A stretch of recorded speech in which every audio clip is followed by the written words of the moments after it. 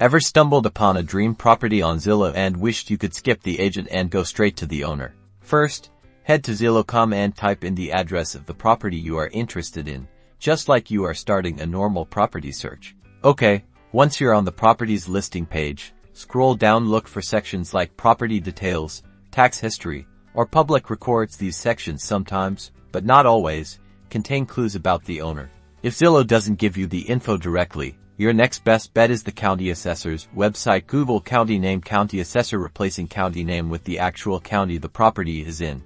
Once on the assessor's site, search for the property by address. You should find public records listing the owner's name and sometimes even their mailing address. Remember, this information is public record, but treat it with respect. If the county assessor website doesn't provide the information you require, there are third-party public record search websites that, for a fee, could contain owner information.